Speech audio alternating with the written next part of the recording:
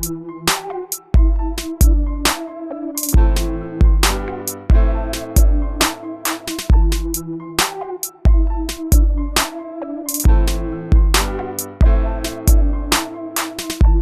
Projan Media TV tugamba bugambi ekyo kyokola okola kyamaanyi okubeera nga okyagyekuumiddeko.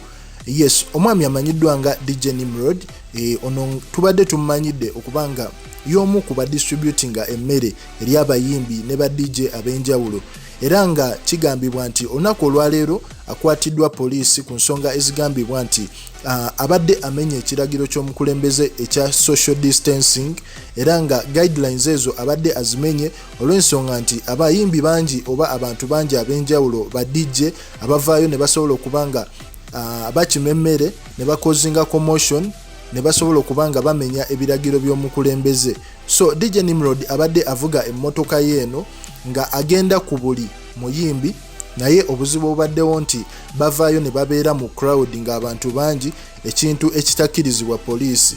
So olunaku olwaleero basobodde okubanga bamukwata ne basobola omusomera emisango gy'azze amenya, kubanga twamulaba ewa Spice Diana, ne tumulaba ku King Saha, ne tumulaba ku Lydia Jasmine nga y'omu ku ba distributinga emmere, ekintu ekyanyiza poliisi.